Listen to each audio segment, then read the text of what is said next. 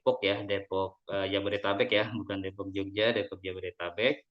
Eh, Mungkin sebelum kita mulai sedikit saya bercerita lah atau memperkenalkan diri, histori saya atau pengalaman kerja sebelumnya.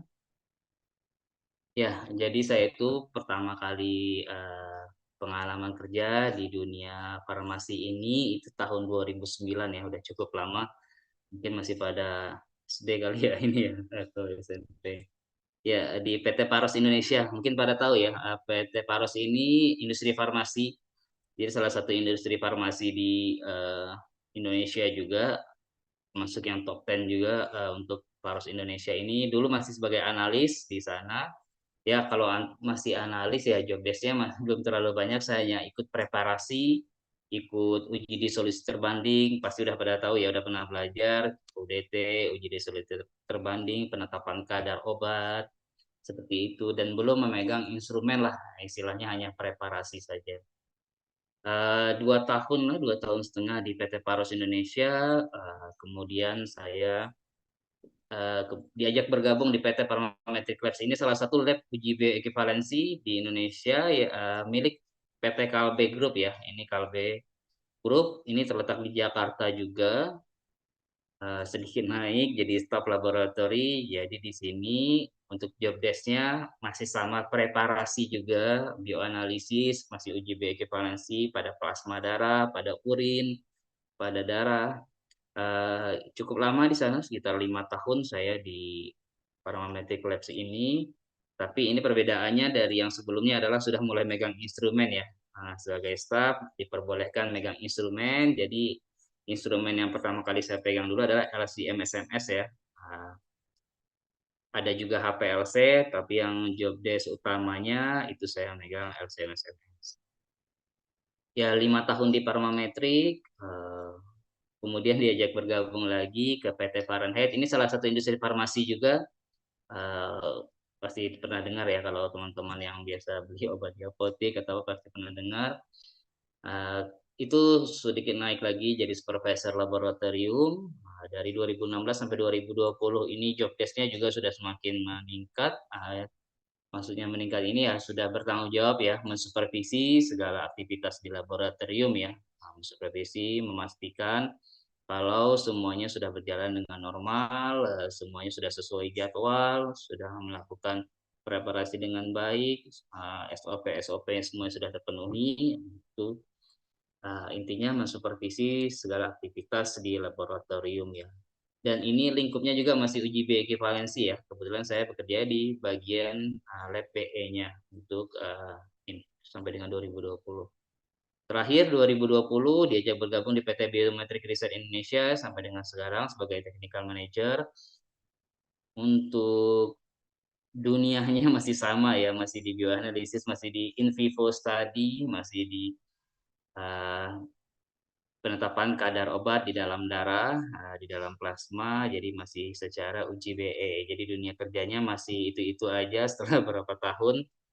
Ya, walaupun dunia kerjanya itu-itu aja, tapi bioanalisis ini semakin berkembang ya. Dari zaman saya awal-awal dulu bekerja, itu validasi metode, itu aja parameternya sudah semakin bertambah, cara-caranya sudah berbeda. Jadi seiring perkembangan zaman, memang ilmu pengetahuan semakin berkembang, ya banyak hal-hal baru yang ditemukan, sehingga mau tidak mau kita sebagai praktisi di laboratorium harus menyesuaikan diri dengan aktivitas-aktivitas baru, guidance baru, hal-hal baru yang yang sudah diterapkan baik BPOM ataupun dari guidance luar negeri, itu harus kita aplikasikan di tempat kita. Jadi walaupun dunianya masih itu-itu aja, tapi namanya ilmu pengetahuan semakin berkembang, selalu berkembang. Jadi mau nggak mau kita harus bisa mengikuti.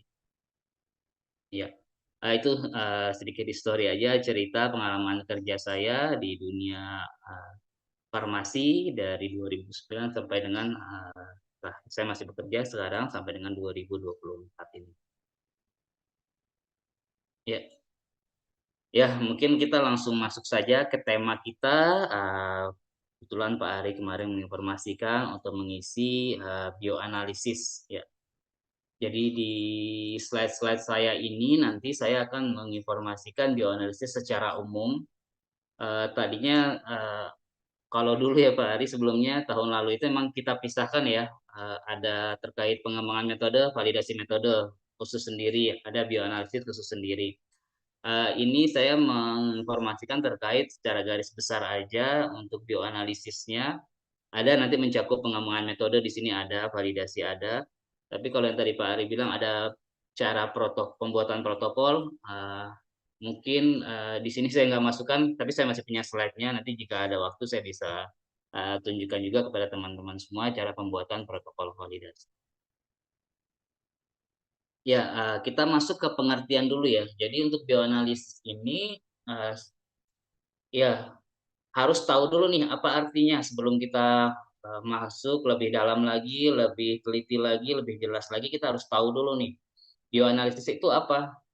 Ya, analisa kuantitatif atau kualitatif suatu senyawa obat dalam sampel biologis. Nah, kita harus lihat di sini ada kualitatif dan kuantitatif. Nah, dalam penetapan kadar obat dalam cairan hayati. Ingat ya, dalam cairan hayati di sini.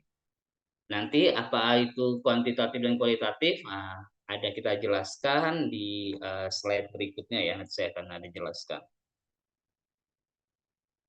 Ya, selanjutnya untuk menentukan atau menetapkan kadar zat-zat xenobiotik. Ingat ya, zat xenobiotik itu adalah obat dan metabolitnya. Obat dan metabolitnya perlu digarisbawahi nanti adalah obat dan metabolitnya serta zat biotik, makro makromolekul, protein, DNA, protein obat yang besar dalam matriks biologi. Ingat ini tadi ada dalam cairan hayati, matriks biologi. Apa aja matriks-matriksnya nanti akan kita jelaskan di slide-slide berikutnya ya. Nanti saya akan jelaskan juga. Nah, ada obat dan metaboliknya. Jadi apa? Ada obat dan metaboliknya. Jadi bedanya apa? Nah, obat-obat yang kita minum ini tidak semuanya si obat tunggalnya yang bekerja. Maksudnya obat tunggal di sini misalnya kita minum atorvastatin, yaitu yang bekerja di dalam tubuh kita adalah atorvastatin. Tapi ada beberapa obat yang bahkan yang memberi efek lebih baik itu adalah si metabolitnya. Seperti contohnya kalau untuk metabolit itu misalnya ramipril. Ramipril itu punya metabolit ramiprilat namanya. Atau kalau teman-teman mungkin orang tuanya ada yang konsumsi aspirin. Aspirin itu sebenarnya zat aktif utamanya adalah asam asetil salisilat. Ya, asam asetil salisilat obat utamanya ya. Atau disebut orang farmasi itu menyebutnya parent compoundnya. Obat utamanya adalah si asam asetil salisilat. Tapi setelah di dalam tubuh dia itu kan mengalami perubahan ya akibat dari ya banyaklah proses metabolisme dan lain-lain di dalam tubuh sehingga yang di asam asetil salisilat tadi berubah menjadi asam salisilat. Nah, bahkan yang memberikan efek lebih bagus di dalam tubuh itu adalah metabolitnya. Jadi ada beberapa yang obat komponnya yang berpengaruh, ada juga yang metabolitnya berpengaruh. Jadi eh, tidak semua obat adalah parent komponnya yang memberi pengaruh, ada juga yang metabolitnya. Jadi saya infokan tadi pada aspirin. Selanjutnya, ya, penelitian dalam bidang bioanalisis sangat bergantung pada pengukuran yang kuantitatif dari obat atau metabolit atau zat endogen dalam matriks biologi ya. Lagi-lagi matriks biologi ya. Nanti kita lihat apa aja sih matriksnya. Ya, tentu di sini sangat bergantung pada pengukuran kuantitatif. Kenapa sangat bergantung pada pengukuran kuantitatif? Ya, karena kita harus tahu berapa sih kadar obat yang terserap di dalam tubuh, berapa kita minum obat 50 miligram kadar obatnya. Ya, berapa sebenarnya yang terserap di dalam tubuh? Obat ini kan melakukan pas proses bioanalisis, itu kan kita lakukan uji in vivo ya. Si industri yang bikin obat ini kan pasti sudah membandingkan dengan obat lain. Nah, dari mana kita tahu obat yang dibikin industri bagus ini eh, harus kita cari tahu dulu kan berapa kadar obat yang terserap, apakah sama dengan obat yang dia bikin, apa obat yang dijadikan referensi maksudnya. Nah, itu harus dilakukan secara bioanalisis. Jadi kita harus tahu mengukurnya, eh, harus bisa mengukur obat secara kuantitatif, mengetahui kadar obatnya. Jadi kalau udah secara angka kan kita bisa compare ya apple to apple sama-sama 50 miligram, berarti dia mirip misalnya kayak gitu. Tapi kalau misalnya satunya 50 miligram, satunya terserap cuma 30 miligram, itu artinya ada perbedaan. Jadi jadi artinya tidak sama atau tidak bioekuivalen, artinya seperti itu. Ya kalau misalnya nanti saya terlalu cepat atau terlalu apa ngomongnya nanti di info aja ya. Ya, ini kita masuk ke ruang lingkupnya tadi. Ya, ruang lingkup tadi ini maksudnya itu seperti poin pertama tadi ada kualitatif dan ada kuantitatif. Tapi sebenarnya yang umum dan sering kita gunakan di laboratorium uji bioekivalensi atau di laboratorium uji itu secara kuantitatif ya, karena kita lebih jelas melakukannya secara angka ya, ada yang dihasilkan. Nah, kalau untuk kualitatif sendiri merupakan analisis suatu bahan obat maupun sediaan obat dalam sampel biologis yang berdasarkan ciri atau sifat kimia senyawanya. Di sini tidak dihitung jumlahnya atau ditetapkan kadarnya. Jadi kita tidak melakukan penetapan kadar ya, namun lebih ditekankan pada pemeriksaan untuk mengetahui keberadaan senyawa yang diinginkan. Jadi cuma mau tahu apakah senyawa ini ada atau tidak. Eh, Tidak lebih spesifik. Jadi maksudnya tidak mengetahui kalau kadar itu kan lebih spesifik ya, ada angkanya lebih jelas menggunakan apa. Jadi kalau kayak gini ini lebih kayak ke misalnya ini misalnya rapid antigen itu kan untuk mengetahui aja oh dia ada setelah di swab oh dia ada COVID-nya. Nah itu kan hanya untuk mengetahui keberadaan senyawanya oh dia ada kandungan ininya hanya sebagai uh, mengetahui pemeriksaan keberadaan senyawanya aja tapi tidak lebih detail mengetahui berapa sih kadarnya itu tidak. Itulah kualitatif. Jadi hanya untuk sebatas mengetahui keberadaan senyawa yang diinginkan.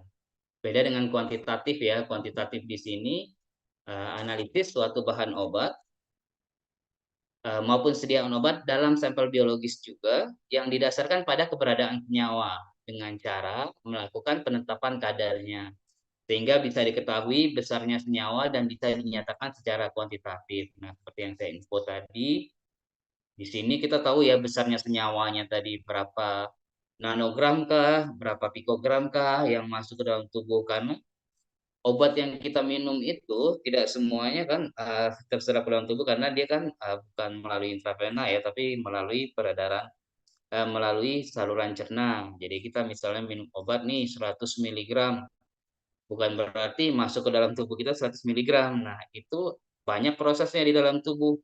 Eh, Ketika dia masuk ke lambung, pecah di lambung, kita nggak tahu berapa yang terserap atau di usus 12 jari atau di usus halus di mana terserapnya dan berapa terserapnya.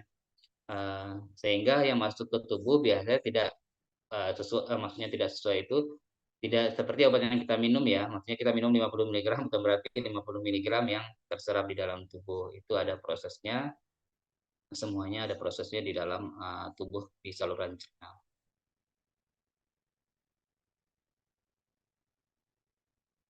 Ya, selanjutnya ada manfaat bioanalisis dulu nih. Kita harus tahu dulu manfaat bioanalisis di bidang farmasi. Karena kan kita fokusnya di bioanalisis nih, jadi mungkin kita harus tahu dulu manfaat dari bioanalisis di bidang farmasi ini. Pertama itu adalah uji bioavailabilitas ya, dan uji bioekivalensi kalau orang-orang nyebutnya BABE. Uji bioavailabilitas dan bioekivalensi pada suatu sediaan farmasi. Jadi di sini itu kalau uji bioavailabilitas itu atau ketersediaan hayati itu kita melihat persentase atau kecepatan zat aktif ya dalam obat untuk mencapai sirkulasi sistemik. Jadi uh, mungkin nggak tahu ya teman-teman udah sampai ke belajar biofarmasi atau belum. Tapi nanti kan di situ ada belajar pasti nanti apa itu AUCT. AUCT itu adalah area under curve, artinya berapa banyak obat yang kita minum itu terserap ke dalam tubuh itu nanti digambarkan melalui AUCT namanya, area under curve. Kemudian ada namanya Cmax. Cmax itu adalah kadar maksimal, konsentrasi maksimal yang diserap di dalam tubuh. Jadi kita harus tahu juga obat yang kita minum itu misalnya 50 miligram kadar yang maksimal di dalam tubuh kita itu sampai berapa sih terserapnya sebenarnya ataukah cuma 10 miligram atau 20 miligram atau bahkan cuma nanogram. Jadi eh, di situ di dalam uji BAB ini di suatu sediaan informasi ini sangat diperlukan ya maksudnya dilakukan pengujian seperti itu. Setelah tadi ada OCT, ada CMAX, ada namanya Tmax juga. Tmax ini sih cuma untuk mengetahui, Tmax itu artinya waktu maksimal. Di menit keberapakah setelah kita minum obat, kadar tertingginya keluar. Misalnya kamu minum obat, kalian itu minum obat A nih atau vastatin. Nah, ketika kita minum, kita mau tahu di jam keberapa sih sebenarnya dia itu memberikan kadar maksimal atau menunjukkan kadar maksimalnya atau melepaskan kadar maksimalnya. Selanjutnya manfaat dari bioanalisis ini ada farmakokinetika klinik ya. Farmakokinetika klinik ini lebih ke benar semuanya berkaitan kayak uji bioequivalensi ya, itu jadi ini ada terkait misalnya ATME yang mungkin pada tahu ATME itu absorpsi dari suatu obat, metabolisme obat yang diminum kan dia absorpsi, metabolisme, kemudian di metabolismenya nanti terakhir diekspresikan. Jadi itu semuanya dipelajari dalam farmakokinetika klinik ini. Jadi ada absorpsinya, didistribusikan di dalam tubuh kita, kemudian di metabolisme dan diekspresikan. Jadi semuanya itu ada kaitannya dengan bioanalisis di bidang farmasi. Nah, ini yang ketiga mungkin berarti apa apa maksudnya terhadap pemeriksaan penyalahgunaan obat. Nah, mungkin teman-teman pada sering lihat ya di berita-berita, misalnya nih ada orang yang tertangkap pakai sabu, tertangkap pakai narkotika, atau atlet-atlet nih, atlet-atlet itu banyak kan yang dibilang, oh dicurigai doping nih, dari mana kita tahu kalau dia doping, dari mana kita tahu dia menggunakan narkotika. Ya kita memeriksanya secara bioanalisis, jadi kita melakukan sampling darahnya, kita lihat sampling darahnya mereka, oh ternyata di dalam darahnya benar ada obat untuk meningkatkan stamina, misalnya doping atau apa. Nah, itu kan udah pure ya, karena darahnya asli yang kita benar ambil dan kita bioanalisis. Kita udah punya metodenya, alatnya udah sesuai. Nah, ternyata di darahnya ada kandungan itu atau ada kandungan narkotika dan lain-lain. Nah, itulah gunanya pemeriksaan penyalahgunaan obat pada bidang bioanalisis ini. Jadi supaya kita tahu lebih real, karena kan untuk zat aktif tertentu kayak narkotika, heroin, mereka kan punya ini ya berat molekul tersendiri, punya hal-hal yang lebih spesifik. Jadi sehingga ketika kita memeriksanya di alat kita, di instrumen yang kita punya di lab itu, baik GCMS, LCMS, itu udah benar-benar sesuai keluar di spesifik itu maksudnya tuh di karakteristiknya di misalnya kita menganalisa doping nih mengecek doping misalnya obat yang dia minum atau dia konsumsi ini panjang berat molekulnya di 105 ketika kita cek di alat di berat molekul 105 ternyata ada kadar yang sangat besar nah artinya itu dia melakukan penyalahgunaan obat atau mengkonsumsi obat yang tidak seharusnya. Jadi sangat perlu untuk pemeriksaan penyalahgunaan obat ya sangat berkaitan dengan bioanalisis. Ya selanjutnya untuk poin 45 ini ya mungkin untuk pengembangan obat baru ya atau riset tentang obat. Jadi kita harus mempelajari juga sih interaksi obat dan reseptornya untuk pengembangan obat-obat baru. Memang sangat dipentingkan secara bioanalisis. Tapi untuk yang sekarang di Indonesia ini yang bioanalisis ini kita lebih banyak fokus itu di yang 1, 2, 3 ya. Uji BABE, suatu sediaan farmasi, farmakokinetika klinik, dan pemeriksaan penyalahgunaan obat. Kalau pengembangan obat baru, riset tentang obat, masih tetap dijalankan, namun karena kebanyakan obat di Indonesia adalah obat kopi atau obat generik ini adalah obat kopi ya. Mungkin teman-teman selain juga udah pada tahu. Sehingga yang umum dan banyak digunakan masih di 1 sampai 3. Nah, kita masuk ke dalam tahapan lagi nih. Di bioanalisis ini ada tahapan-tahapan lagi. Tahapannya itu pengembangan metode atau optimasi metode bioanalisis. Nah, di sini ada pengembangan metode, ada validasi metode bioanalisis. Selanjutnya bioanalisis aplikasi ke studi in vivo. Nah, untuk bioanalisis ini sebenarnya kalau di laboratorium uji ya, sebenarnya ruang lingkup kerjanya itu cuma ini aja, cuma 3 ini. Kita kembangkan, kemudian kita validasi dan kita lakukan bioanalisis. Secara orang yang melihat sih kayaknya simpel ya, cuma ada tahapan biasa aja sepertinya, tapi kalau kita mengerucut ke poin-poinnya, ini merupakan hal yang sangat dibilang susah sih, misalnya nggak terlalu susah, namun termasuk hal yang susah karena dipelajari lebih detail ya, kita harus tahu lebih detail, lebih jelas, maksudnya sesuai dengan guidance yang ada, jadi semuanya udah sangat apa sangat ini ya harus dipelajari dengan jelas.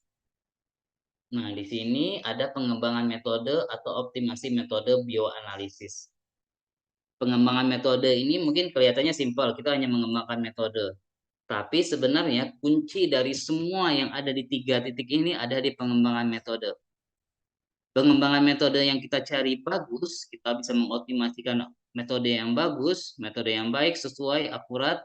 Nah, itu perjalanan ke berikutnya itu akan lancar. Baik validasi kita akan gampang, bioanalisis akan gampang. Namun, jika di pengembangan aja kita belum bisa dapat nemu yang metode yang bagus, metode yang baik, metode yang cocok, jangan harap kedepannya akan lancar juga karena semua pekerjaan yang di next step ini, di step berikutnya sangat bergantung kepada apa yang kita temukan di awal, apa yang kita kembangkan di awal. Ya, untuk lebih detail secara ini, saya coba next berikutnya. Yes. Ya, kita masuk ke pengembangan metode ya. Yang seperti saya bilang tadi, kunci utamanya itu adalah di pengembangan metode.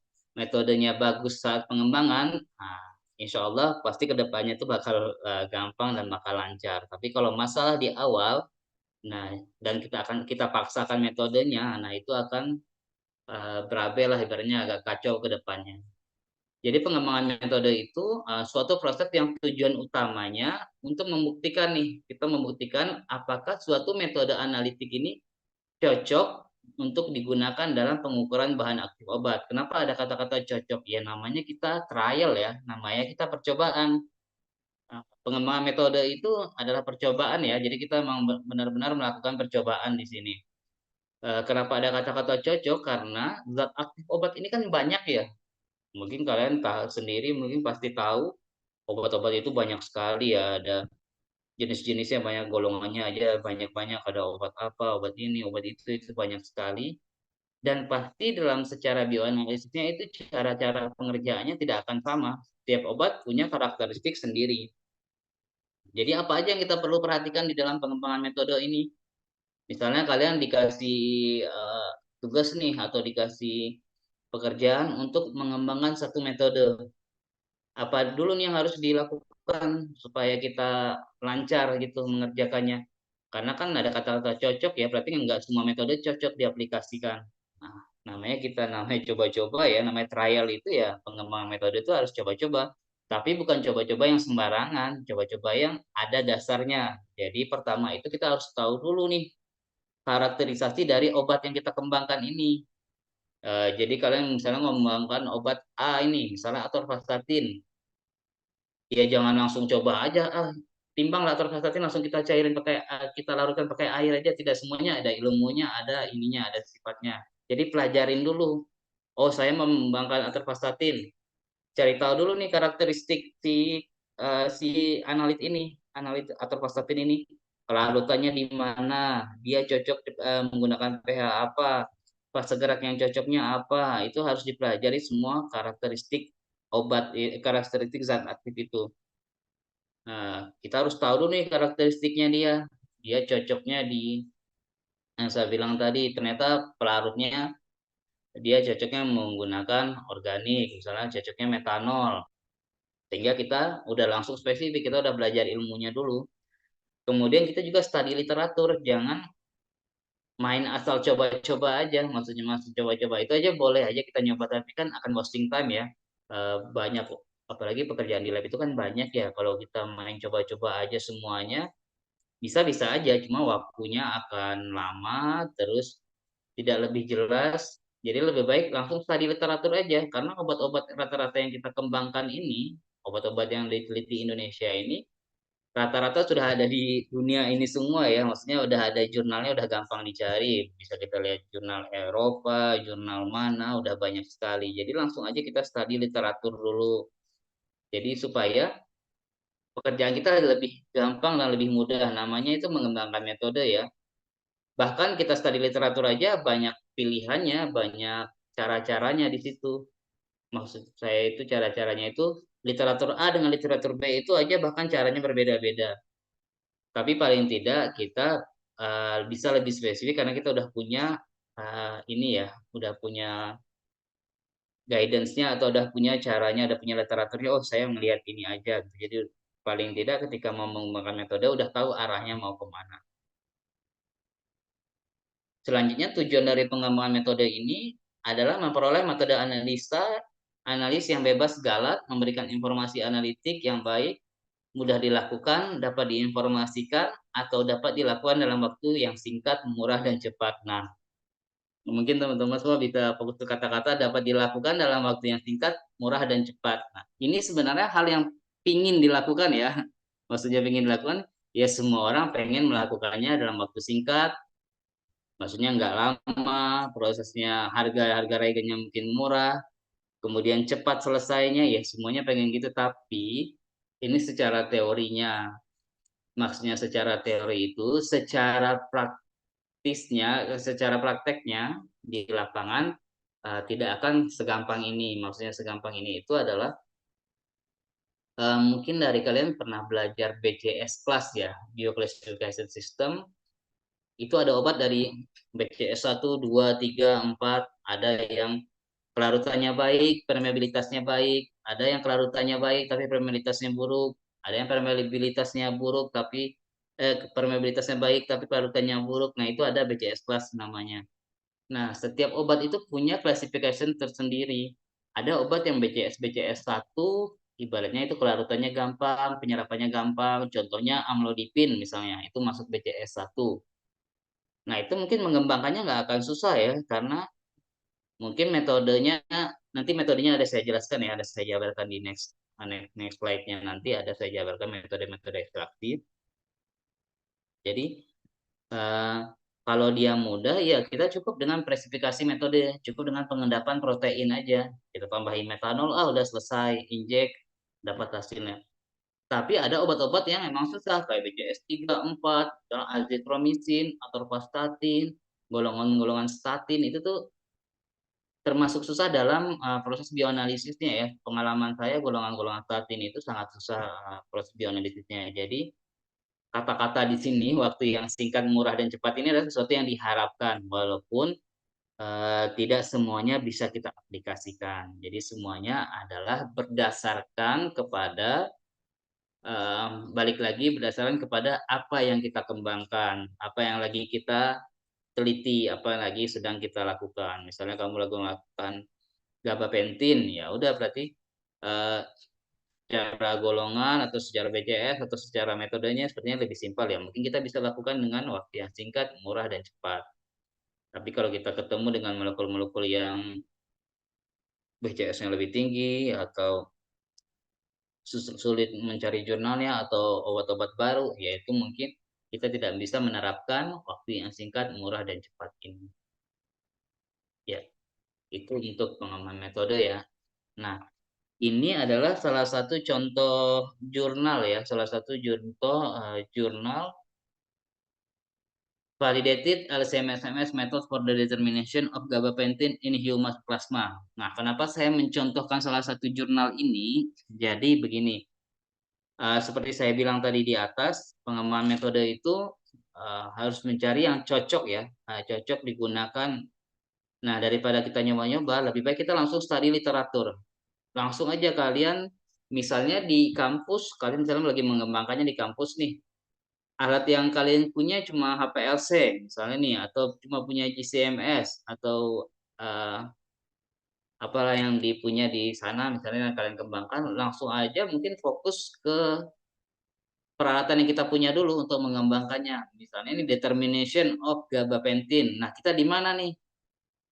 Nanti saya akan jelaskan di next berikutnya apa aja matris biologinya. Misalnya ini yang menggunakan plasma. Ya udah langsung aja determination of gabapentin in human plasma.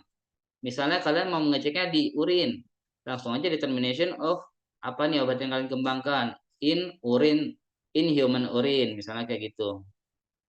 Eh, Boleh juga ditambahkan di akhirnya by LCMSMS, by HPLC, by spektrum, misalnya seperti itulah, cara-caranya seperti itu. Nah, ketika kalian udah googling atau nyari jurnalnya berdasarkan literatur, berdasarkan molekulnya, nah itu juga akan banyak yang muncul ini yang seperti saya tampilkan ini, macam-macam nantinya. Tapi paling tidak sesuaikan dulu dengan alat yang kalian punya. Maksudnya kalian punyanya LCMS, ya udah fokus dulu ke jurnal yang LCMS. Terus di sini baca dulu nih abstraknya, apa aja sih yang dilakukan di dalam. Oh, ternyata di sini menggunakan kolom C8. Ada juga di jurnal yang punya menggunakan kolom misalnya C18. Oh, di kampus saya cuma punya kolom C18. Ya udah saya fokus ke jurnal yang ini aja dulu. Nah, jadi kita kayak memilih dulu, namanya trial sih pasti nyoba semuanya ya, banyak yang akan dicoba karena sekali coba juga nggak mungkin bisa ketemu, jarang lah ya, jadi perlu beberapa kali percobaan untuk mendapatkan suatu metode. Tapi paling tidak kita punya hal yang diadopsi ya, misalnya kita bisa mengadopsi dari ini, dari si eh, jurnal ini. Jadi kalian nanti misalnya udah dapat jurnal nih, oh baca nih di sini, oh ya gak apa-apa di halaman plasma saya sudah sesuai nih, saya akan mencarinya di plasma manusia. Terus metformin digunakan sebagai internal standar, dia pakai internal standarnya metformin. Nah, kalau untuk internal standar kalian tidak harus ini ya, tidak harus sama, jadi bisa menyesuaikan dengan apa yang kalian punya di lab masing-masing.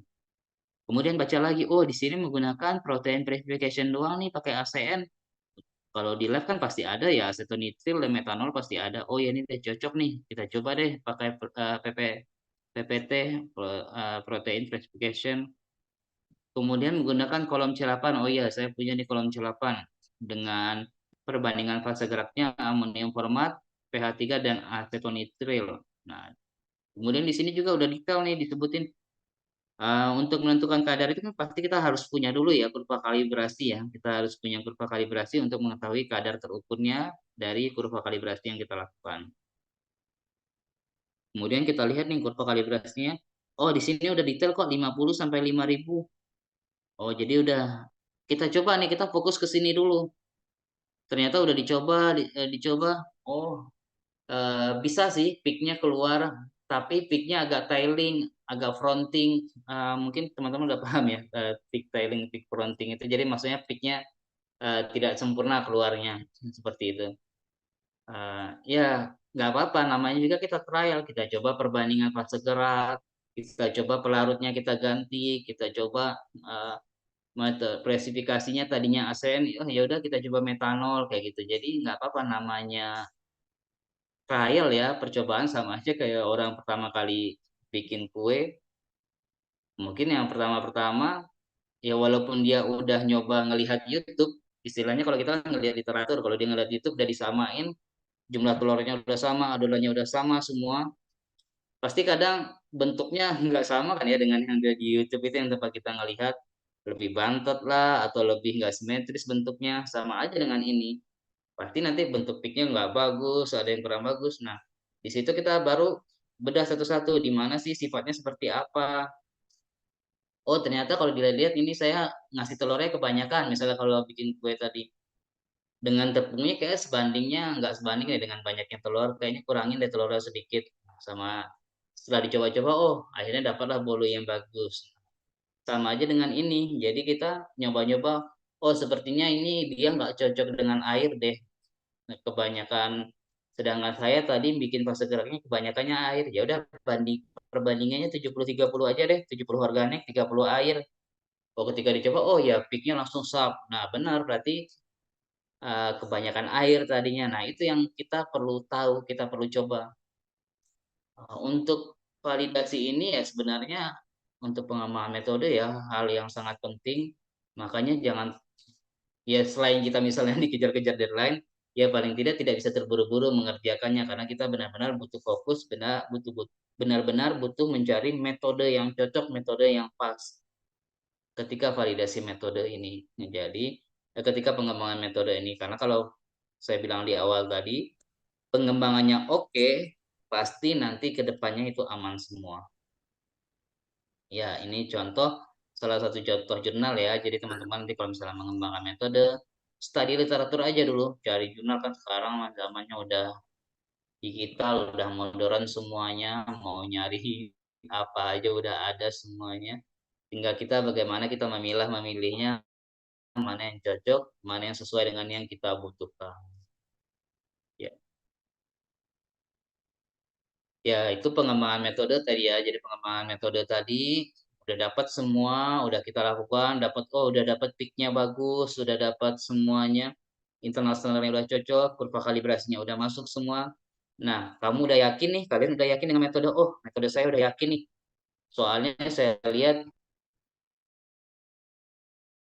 peaknya udah bagus, eh, apa namanya, hasilnya juga sudah masuk syarat, kurva kalibrasinya udah linear, sebut linear pasti tahu ya, udah sesuai, udah linear.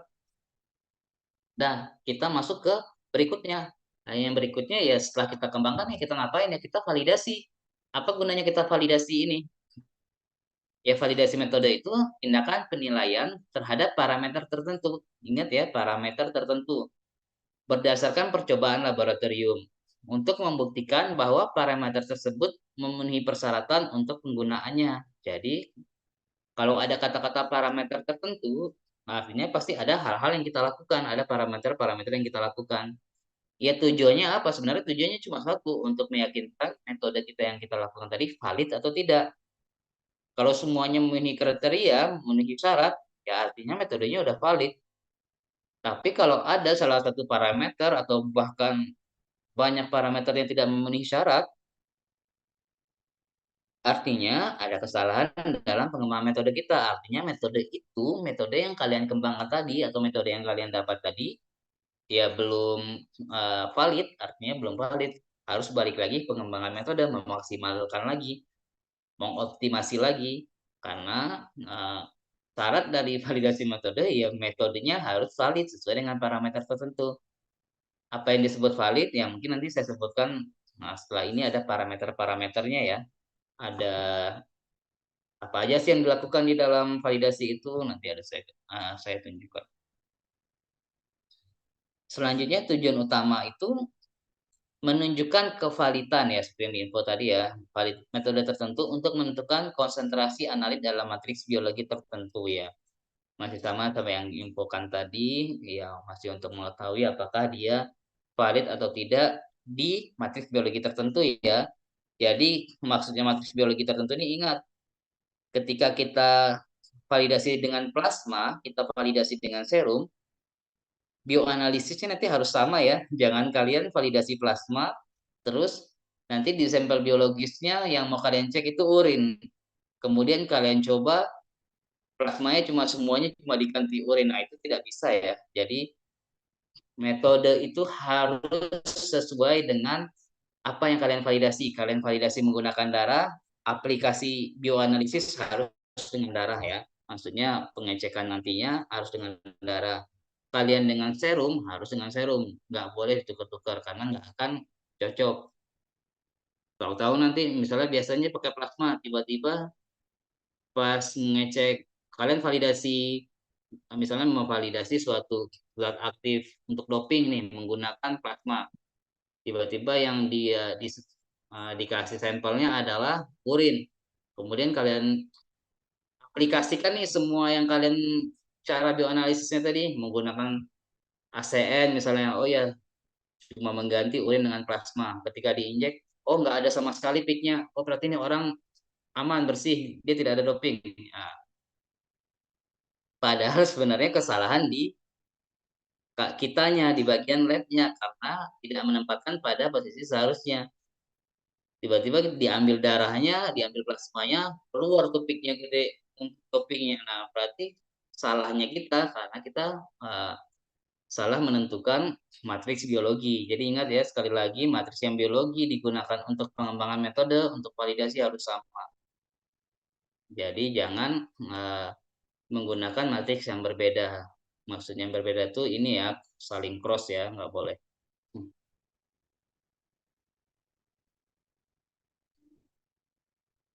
Selanjutnya, nah ini dia. Ini yang berkaitan dengan yang di atas tadi, parameter tertentu. Nah, parameter tertentu itu, ini dia parameter tertentunya. Nah, coba dilihat ini ada selektivitas, ada antikoagulan, ada carry over, ada LLOQ, ada calibration curve, ada akurasi presisi, ada matrix effect, ada dilution, ada stabilitas. Mungkin bagi teman-teman nggak tahu ya, beberapa teman-teman mungkin ada yang hal baru ini ya. Jadi mungkin belum pernah mendengar sebelumnya. Jadi saya jelaskan di sini parameter-parameternya ini. Ini adalah parameter-parameter validasinya. Ketika setelah kita kembangkan, mengapa terlalu banyak parameter ini? Ya untuk meyakinkan metode kita tadi valid. Kalau kita lakukan cuma dengan satu cara, misalnya cuma selektivitas, ya bisa aja dia masuk, tapi ternyata dengan akurasi presisi dia nggak masuk nih. Dengan matriks efek dia nggak masuk. Jadi nggak valid dong kata-kata di atas tadi kan harus semua parameter ya. Nah ini parameter-parameter validasinya. Mungkin saya jelaskan satu-satu ya maksud dari setiap parameternya ini.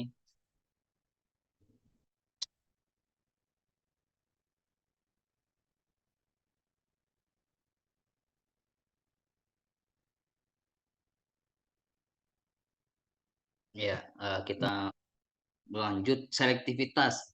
Apa gunanya selektivitas ketika parameter ini?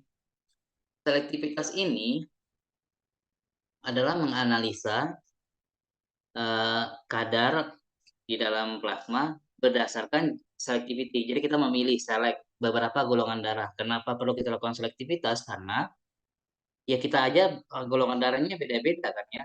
Maksudnya ada yang O, ada yang AB, ada yang A, ada yang B. Nah, selektivitas ini nanti dia akan melakukan preparasi terhadap kadar terendah dengan beberapa golongan darah yang tadi itu yang empat tadi.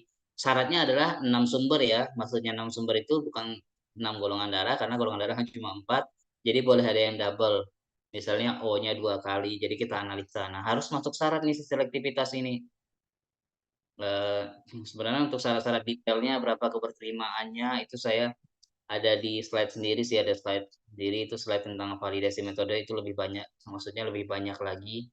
Jadi dia slide-nya itu lebih mengerucut ke khusus tentang validasi metode.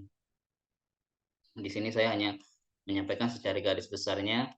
Nah, setelah itu ada antikoagulan. Kenapa diperlukan parameter antikoagulan? Karena ketika kita ngambil darah, kalian itu kan pernah ngambil darah ya, misalnya di rumah sakit, pasti kan tabungnya itu, nah tabung itu ada isinya itu, ada mungkin nggak kelihatan banget ya, itu tabungnya ada isinya antikoagulan. Nah, kadang antikoagulan yang digunakan di setiap lab itu tuh beda-beda ya. Jadi kenapa kita ada parameter antikoagulan untuk melihat dengan perbedaan antikoagulan ada pengaruhnya nggak sih? Jadi harusnya nanti hasilnya itu tidak ada pengaruh di antikoagulan. Nah, selanjutnya ada carry over. Apa nih tujuannya kita melakukan parameter carry over ini? Nah, teman-teman mungkin udah pernah ada yang jalan di instrumen nggak sih menjalankan kadar obat atau apa gitu di alat misalnya di HPLC atau di LCMS. Nah, misalnya kurva baku aja, kurva kalibrasi, itu kan pasti dari konsentrasi paling rendah ke konsentrasi paling tinggi ya. Misalnya kayak gabapentin yang jurnal tadi yang saya lihatin di atas.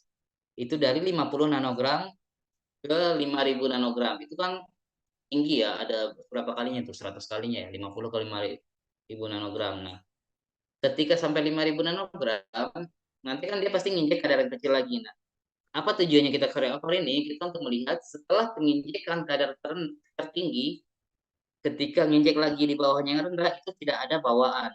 Kalau ada bawaan, artinya ada carry over. Kalau ada carry over, artinya parameter kita belum valid. Salah satu syaratnya, tidak boleh ada carry over. Kita tadi nginjek yang 5.000 nano, 5.000 nano misalnya areanya 1 juta. Setelah nginjek yang 5.000 nano, kita injek pelarut. Pelarut ini kan tidak ada apa-apa, kan ya isinya cuma metanol to ya atau arsen to. Jadi harusnya tidak ada area. Ketika kita injek, habis nginjek 1 juta areanya, nginjek solvent nih, nginjek pelarut. Wah, areanya 200.000. Nah, itu artinya ada bawaan dari atas. Nah, berarti itu ada carry over. Ada carry over berarti parameter carry over ini tidak masuk. Saya tidak lolos, sehingga metode kita masih belum valid. Yang bagus itu ya ketika kita injek ya, ini boleh ada serapannya sedikit, ada sih syaratnya. 5% dari CMA kalau tidak salah saya itu ada syaratnya. Kalau masuk syarat sih masih bisa, tapi kalau misalnya masih gede itu artinya ada bawaan, itu tidak bisa. Kita harus perbaiki lagi, kita harus perbaiki. Mana tahu pas segera kita nggak cocok, mana tahu solvent pencuci kita yang nggak bagus. Nah, itu harus diteliti lagi lebih lanjut, harus dicari penyebabnya. Ada LLOQ namanya, lower limit of quantification. Apa LLOQ itu? Ya itu dia, LLOQ itu adalah lower limit. Jadi limit terendah yang bisa dikuantifikasi si alat. Kayak tadi gabapentin 50 nanogram ya, berarti alat yang kita pakai harus mampu mencapai 50 nanogram ya. Jadi kita pakainya 50 nanogram, disuruhnya LCMS. Aduh, di saya cuma ada HPLC nih di kampus. Ya udah coba deh validasi dengan HPLC. Wah, 50 nanogramnya nggak dapat nih. Atau cuma bisanya di 100 nano. Nggak bisa, kita harus tetap 50. Berarti alat kita nggak kompatibel dengan metode yang kita kembangkan. Nah, itu. Jadi, lower limit of quantification ini harus sesuai, harus cocok. Jadi, nggak bisa di jurnal atau LLOQ sebenarnya 5 nano. Karena alat kita nggak sanggup, alat kita cuma bisa 50 nano atau 100 nano. Nggak boleh. Harus sesuai dengan lower limit of quantification. Ada calibration curve yang seperti yang tadi di awal ya ditunjukkan di gabapentin tadi ada 50 sampai 5.000 nano. Itu kita coba harus linear nih, harus linear. Persamaan garisnya masuk syarat. Nah, itu baru artinya memenuhi parameter validasinya memenuhi syarat. Ada akurasi presisi itu ya ada beberapa kalibrasi dan ada kisi-kisinya di bawah ya, harus masuk syarat semua. Matriks efeknya juga di sini ada matriks efek. Matriks efek ini sih lebih ke LCMS. Kalau HPLC nggak pakai ini. Ini cuma untuk melihat matriks yang kita gunakan ini plasma misalnya apakah ada efeknya gitu, terhadap dari preparasinya. Nah, dilution integrity ini metode pengenceran artinya ya, pengenceran. Misalnya teman-teman tadi menentukan gabapentin 50 sampai 5.000 nano. Itu kurva kalibrasi ya. Kurva kalibrasi itu artinya yang kita buat di luar ya. Teman-teman menganalisa sampel yang di dalam tubuh nih. Darah saya diambil, dicek gabapentinnya. Ternyata kadar di dalam tubuh saya lebih dari 5.000 nano. Nah, syaratnya dalam uji ini ingat ya, kadar yang didetek itu harus di dalam rentang kurva ya. Kalau di luar rentang kurva, harus kita lakukan dilution, kita encerin dulu. Ya, ini sih untuk syarat validasi aja ya. Jadi emang harus dilakukan dilution. Nah, stabilitas itu ini sangat penting stabilitas ini. Kenapa penting? Ya kita supaya kita tahu darah atau matriks yang kita gunakan tuh stabil atau enggak. Jangan sampai nih kita nggak menggunakan, kita tidak melakukan parameter stabilitas. Tahu-tahu kamu lagi menganalisa di lab nih, ambil darah orang orang yang udah diteliti nih, udah diambilin darahnya. Aduh, tiba-tiba alatnya rusak. Aduh, HPLC kita rusak lagi nih, nggak bisa dijalankan. Nah, mau nggak mau sampel kita, darah yang kita ambil tadi harus disimpan kan? Mau nggak mau harus disimpan. Nah, berapa lama kita simpannya? Ya tergantung. Kalau kita nggak punya data stabilitasnya, ketika alatnya udah benar, ternyata alatnya harus ada yang inden. Ini itu harus pesan dulu, sehingga baru datang alatnya sebulan lagi, 2 bulan lagi. Nah, kita kan nyimpan nih obatnya, darahnya atau plasmanya. Ketika kita analisa, kok hasilnya jelek ya, kok rendah banget ya gitu. Jadi pada mikir nih, kok kenapa begini hasilnya ketika alatnya udah bagus lagi dianalisa. Ya gimana kita tahu, sedangkan kita nggak punya data stabilitasnya. Maka kita harus punya data stabilitas dulu sebelum kita jalan ke sampel aslinya. Stabilitas jangka panjang, berapa lama dia bisa tahan disimpan. Kalian di kampus misalnya punya freezer minusnya cuma minus 30 nih atau minus 25 doang.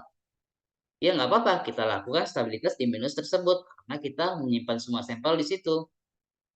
Ambil aja bertahap, maksudnya bertahap itu eh, kita coba sampling, simpan 15 hari, 30 hari, 60 hari, 90 hari. Kalau di lab saya ya, kita nyimpannya paling lama cuma 90 hari.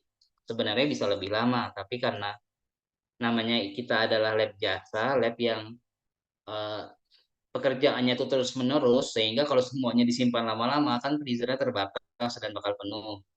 Makanya apalagi obat yang selalu diteliti langsung dikerjakan, itu sebenarnya stabilitasnya nggak perlu lama-lama. Eh, yang penting data stabilitas yang kita punya bisa mengcover daily activity yang kita lakukan di lab kita. Jadi seperti itu. Jangan sampai kalian nggak punya stabilitas ya, karena stabilitas ini sangat penting. Disitulah kita tahu kalian punya data stabilitas long term 30 hari.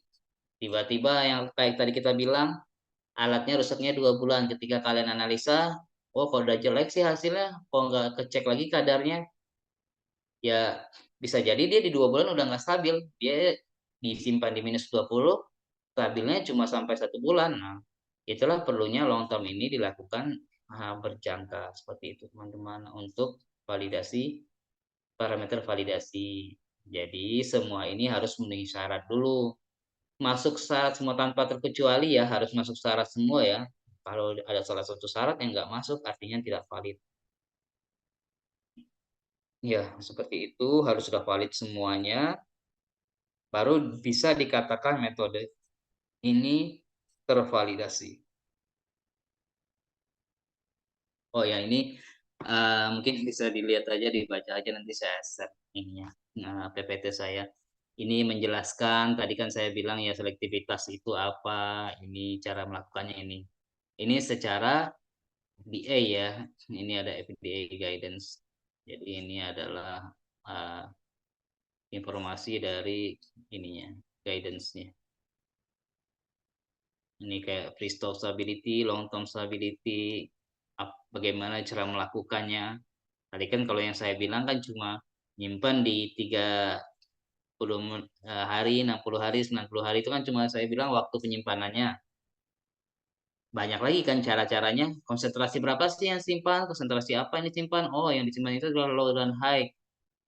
Berapa sih yang disimpannya? Ya, at least setidaknya tiga replikasi untuk setiap titiknya. Nah, itu. Jadi, ini adalah cara-caranya. Ini sih saya detail menjelaskannya di PPT untuk validasi metode ya. Tapi nanti mungkin teman-teman bisa baca aja ini pengertian dari setiap parameter-parameter yang saya infokan tadi. Nah, itu banyak sih ini, dan ini dari guidance FDA ya. FDA. Jadi kalau untuk guidance teman-teman, untuk kita bioanalisis ini umumnya tuh pakai dua guidance. FDA Amerika dan EMA itu Eropa. Kalau di lab saya sendiri rata-rata lab uji bioekivalensi biasanya mengacunya ke EMA, ke Eropa. Ya. Tapi lebih kurang sama aja sih sebenarnya, sama itu maksudnya ini juga parameternya, cuma ada beberapa aja sih yang cara pengerjaannya sedikit berbeda, tapi sebenarnya kalau dikerucutin maknanya sama aja. Jadi hanya beda negara aja.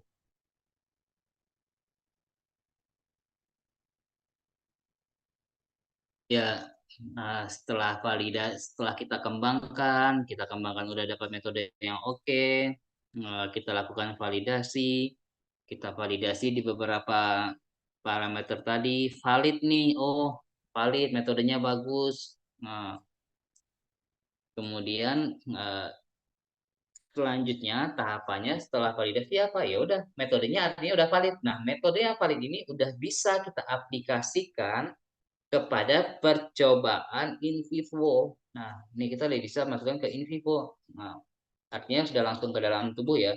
Pasti teman-teman udah belajar ya in vitro, in vivo ya. In vitro itu di luar tubuh, misalnya secara UDT dan lain-lain, itu jadi sudah terbanding, itu disebutnya in vitro.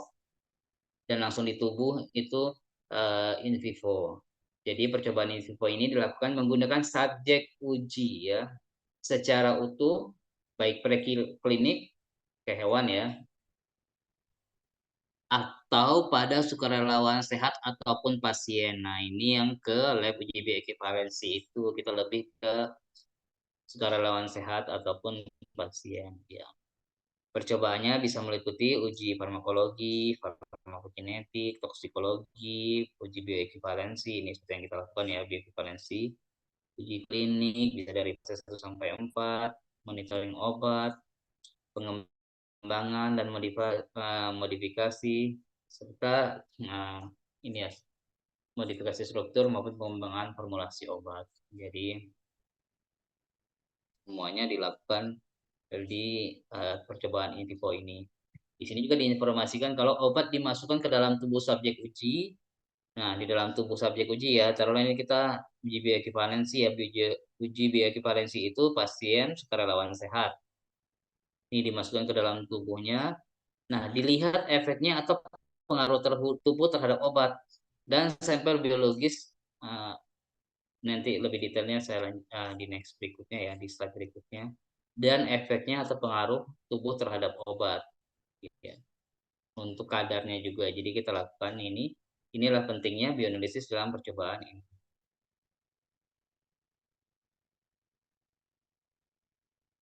Ini adalah tantangan dalam pengembangan metode bioanalisis.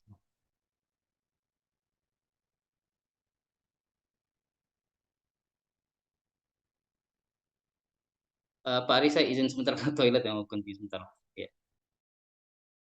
Oke, silakan Pak Andi.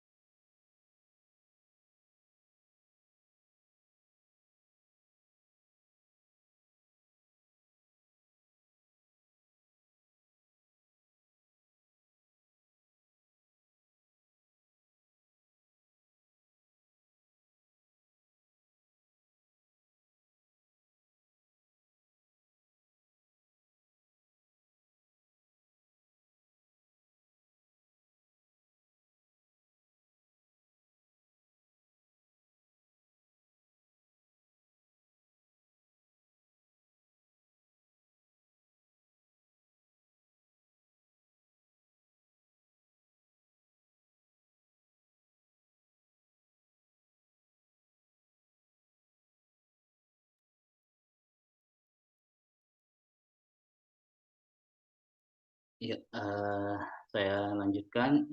Mungkin nanti Pak kalau memang ada yang waktunya mau break atau apa diinfo aja Pak ya. Jadi saya nanti stop aja. Jadi saya masih lanjut aja. Jika emang ada waktunya nggak apa-apa diinfo aja. Oke, baik, silakan Pak Andi. Hmm. Ya, kita masuk ke tantangannya dulu nih. Tadi udah masuk ke pengembangan metodenya, udah kita validasi masuk semua. Eh, udah kita aplikasikan ke bioanalisis. Nah, ini ada lagi sih sebenarnya tantangan dalam pengembangan metode analisis. Ini sih sebenarnya balik ke pengembangan tadi sih lebih ke eh, tantangan kita dalam ini nih. Kesusahan apa sih yang kita lakukan? Ya karena jenis matriksnya itu beda-beda. Kita bisa melakukan seperti yang saya info tadi, bisa di luar plasma, di serum, dan ini kan sifatnya beda-beda nih, Mas ya. Kita bisa validasi di plasma dengan metode ekstraksi A misalnya, tidak akan bisa kita aplikasikan di urin. Nah, itu maksudnya itulah disebut tantangannya ya. Jadi jenis matriksnya berbeda, tantangannya berbeda-beda juga dan clean up-nya juga berbeda-beda. Jadi, nah ini salah satu tantangannya untuk dalam mengembangkan metode analisis ini ya, bioanalisis ini.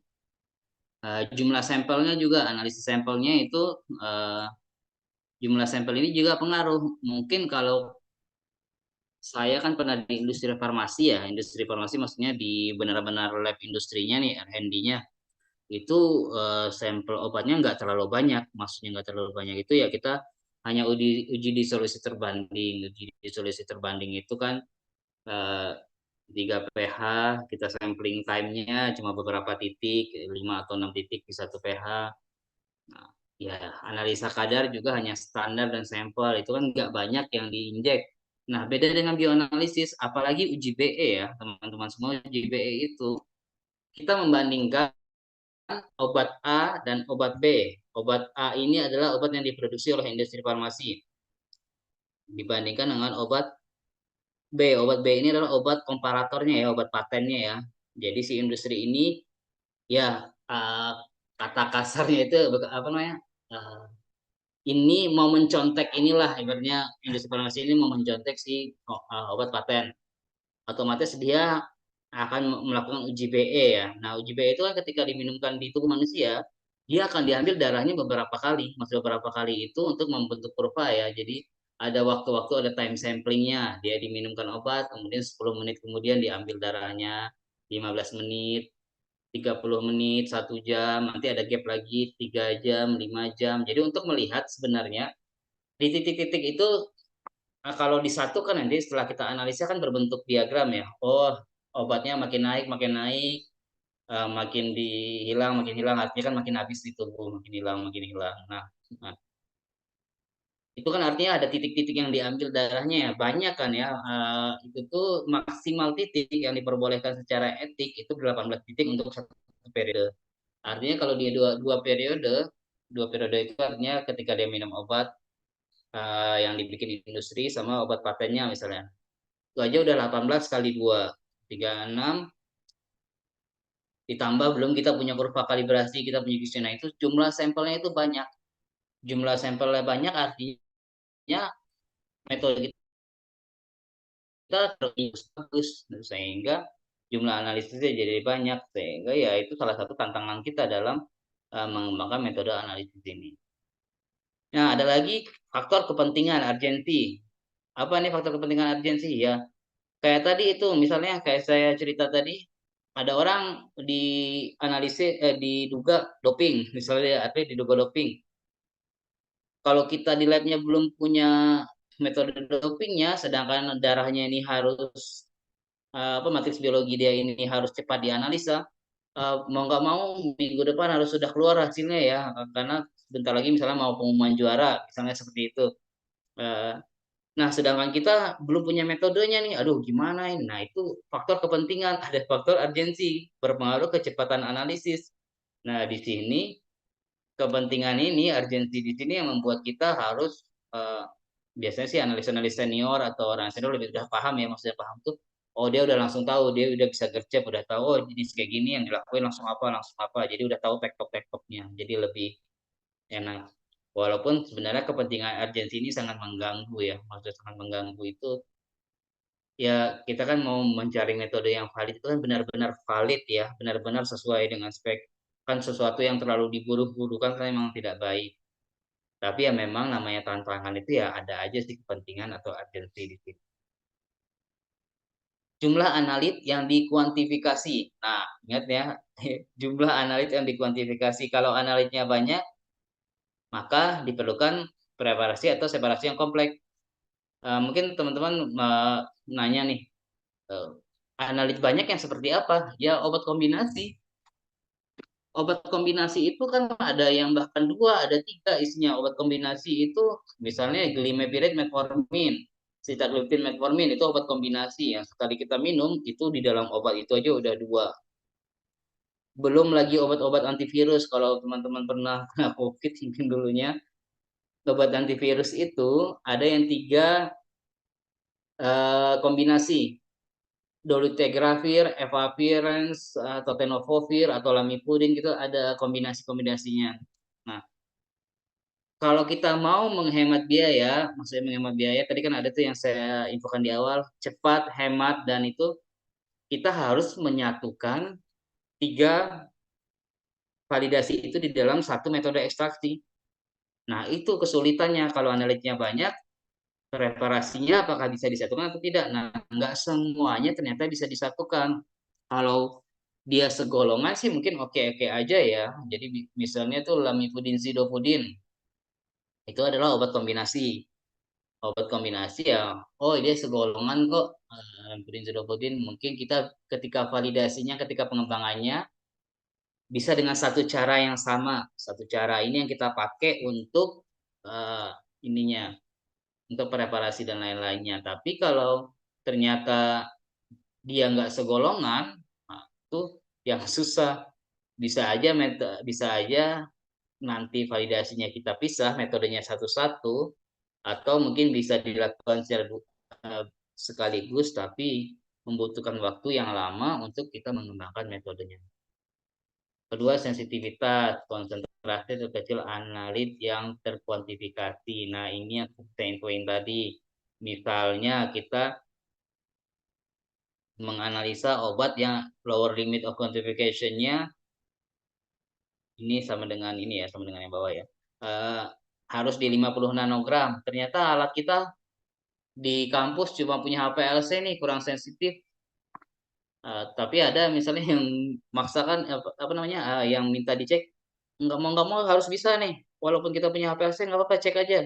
Nah itu tidak bisa ya seperti itu, karena ada yang namanya ini sensitivitas, ada penentuan LOQ, nggak semuanya bisa diaplikasikan di alat yang sama. Makanya walaupun nanti dia maksain, ya itu tidak akan bisa, dan hasilnya juga tidak akan maksimal, tidak sesuai. Jadi percuma dilakukan, harus dilakukan dengan yang sesuai. Ya itu untuk tantangan-tantangan kita ya dalam kesusahan lah itu ya, kesusahan yang dilakukan dalam bioanalisis ini. Ya saya nggak tahu apakah ini kan nggak tahu ya, semester berapa sih rata-rata nih Pak Ari? Sekarang semester 4, Pak Andi. Oh semester 4 ya. Ya kan berarti kan belum ada pembagian lah ya, mau ke industri atau mau ke klinis itu kan masih belum. Tapi Oke, kalau di UII modelnya nggak ada pembagian sih, Pak Andi, tetapi nanti memang untuk mata kuliah yang spesifik untuk industri sama klinis itu mungkin akan oke. memulai apa sudah di semester di tahun ketiga mungkin ini nanti ya, semester Oke. 5 dan seterusnya. Ya karena beberapa yang saya tahu itu kan ada yang eh, banyak yang mengambil klinis, katanya kalau untuk klinis atau pelayanan itu lebih mudah kan, enggak, karena rata-rata di apotek atau di rumah sakit.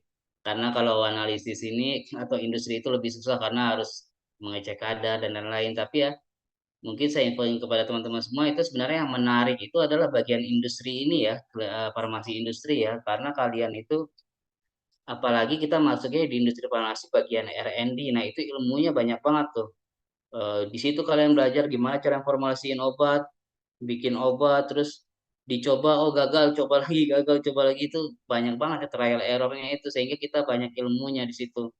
Alat-alatnya juga banyak, beda banget dengan yang pelayanan ya atau di apotik dan lain-lain itu.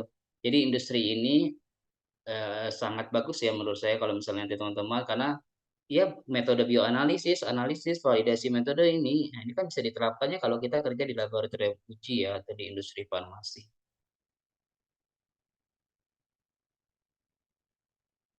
Ya, nah ini cairan-cairan biologis atau matriks biologis yang tadi diinfokan di awal tadi, munculnya baru di slide ini. Eh, umumnya bukan campuran sederhana, sangat kompleks ya. Eh, misalnya darah total ini jarang digunakan karena darah total kita itu kan sebenarnya banyak campuran-campurannya ya, banyak. Yang paling umum itu plasma sama serum ya, yang paling sering digunakan itu adalah plasma serum. Jadi lebih gampang. Urin juga banyak, beberapa obat bisa diteliti menggunakan urin. Nah, sebenarnya cairan biologis ini kan emang empedu, keringat, air susu, saliva, air mata ini kan emang masuk ke dalam cairan biologis. Tapi kenapa dia tidak digunakan ke dalam bioanalisis? Karena ini kan agak susah. Maksudnya agak susah itu gini nih. Misalnya menggunakan darah atau plasma nih. Darah atau plasma kayak tadi saya bilang, kita minum obat, otomatis kan udah masuk ke lambung, pecah di lambung, terserap di tubuh.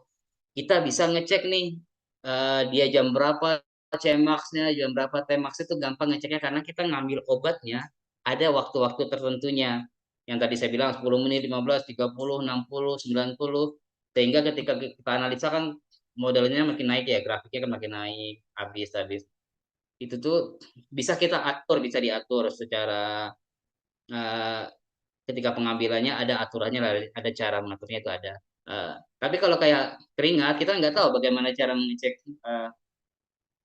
keringat. Maksudnya keringat, orang kan nggak selalu berkeringat gitu ya, atau air susu atau saliva. Jadi Eh, jarang sekali ini digunakan. Ada ini tergunakan untuk misalnya ini untuk case-case narkotika dan lain-lain itu mungkin ada menggunakan ini keringat atau saliva atau apa. Tapi kalau untuk bioanalisisnya secara untuk in vivo, maksudnya untuk bioequivalensi, bioavailability itu kita umumnya menggunakan plasma.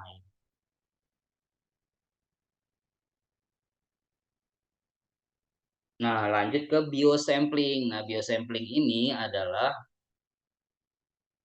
ini masih ada kaitannya karena kan bioanalisis itu kan kita nggak udah tadi berbicara bagaimana menganalisanya setelah dalam bentuk udah ada cairan biologinya nih, udah ada darahnya, udah ada plasmanya, kita tinggal bagaimana ngembangin metodenya.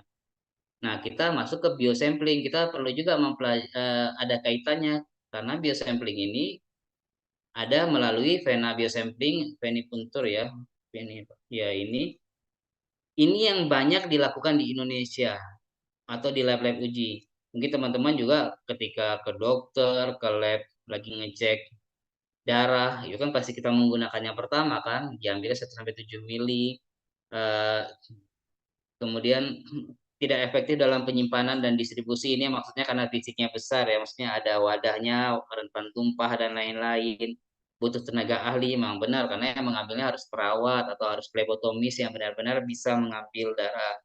Cukup menyakitkan pada pasien ya, cukup menyakitkan untuk uji bioequivalensi ya karena saya bilang tadi kan kita diambil darahnya berkali-kali ya, walaupun bukan di suatu waktu yang sama, ada ritme waktunya, tapi namanya ditusuk jarum itu pasti sakit. Makanya untuk biosampling ini masih digunakan di Indonesia, masih kita pakai, walaupun dengan beberapa kekurangannya.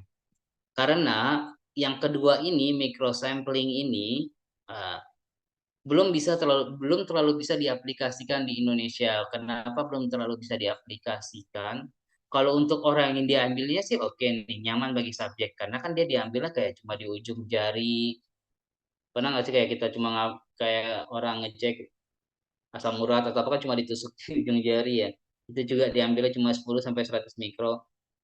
Eh, sebenarnya untuk si orangnya itu enak, nyaman, tapi untuk kitanya apalagi metode-metode ekstraksi yang dilakukan di Indonesia ini atau di tempat kita di lab-lab utamanya itu masih menggunakan metode-metode lama ya, maksudnya metode-metode ada sih nanti saya infokan metode-metodenya itu apa namanya metode-metodenya itu tunggu sebentar ya lagi azan Pak. Sebentar.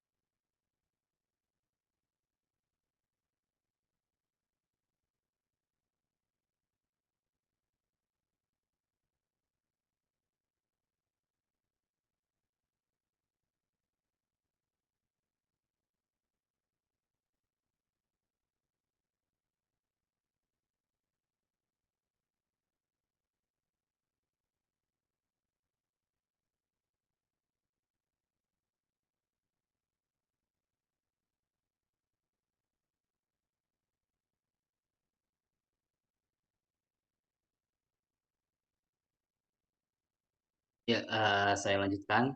Ya, microsampling, biosampling tadi memang masih kita pakai di Indonesia, masih sering dipakai di lab-lab. Memang dengan beberapa kekurangannya. Kalau untuk biosampling ini, micro sampling ini, jarang digunakan tadi ya karena yang diambil adalah sedikit, sedangkan kita metode-metode ekstraksinya aja itu butuh misalnya 500 mikro, beberapa ratus mikro, jadi belum bisa diaplikasikan di kita ini. Walaupun di luar juga beberapa negara berkembang, metode analisisnya masih menggunakan yang satu, yang dua ini masih jarang. Kecuali untuk pengecekan langsung ya, maksudnya pengecekan langsung itu seperti mengecek asam urat yang atau gula darah yang langsung pakai alatnya itu, nah itu masih bisa digunakan. Tapi kalau untuk metode bioanalisis ini belum bisa digunakan.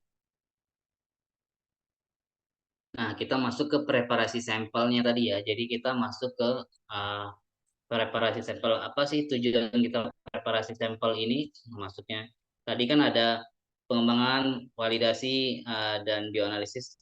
Nah, ini masih berkaitan semua ya. Cara kita preparasi itu ya bagaimana caranya ya? Tujuannya itu untuk mengisolasi analit ini dari matriks biologinya. Kita minum obat, misalnya saya minum obat atorvastatin, dari mana saya tahu kadar atorvastatin kan tadi diambil darahnya ya. Nah, bagaimana cara mengeluarkan, mengisolasi analit atorvastatin yang ada di dalam plasma tadi adalah dari matriks biologi tadi. Jadi preparasi sampel itu tujuannya untuk mengeliminasi intervensi dalam matriks ya. Kan banyak jenisnya tuh ada di dalam matriks kita, ada garam, nukleotida dan lain-lain untuk memekatkan analit deteksi yang lebih baik. Nah, di sini bagaimana cara kita memilih ekstraktor yang cocok. Nah, ketika pengembangan metode itu sangat penting ya, itu cara kita mendeteksi lebih baik. Kemudian memperbaiki spesifitas atau selektivitas. Ya, maksudnya memperbaiki di sini ya mencari atau menetapkan selektivitas sesuai dengan yang seharusnya dengan masuk syarat. Memperbaiki analytical performance pada instrumen ya ini masih disesuaikan dengan harus kita sesuaikan dengan metode yang sedang kita kembangkan.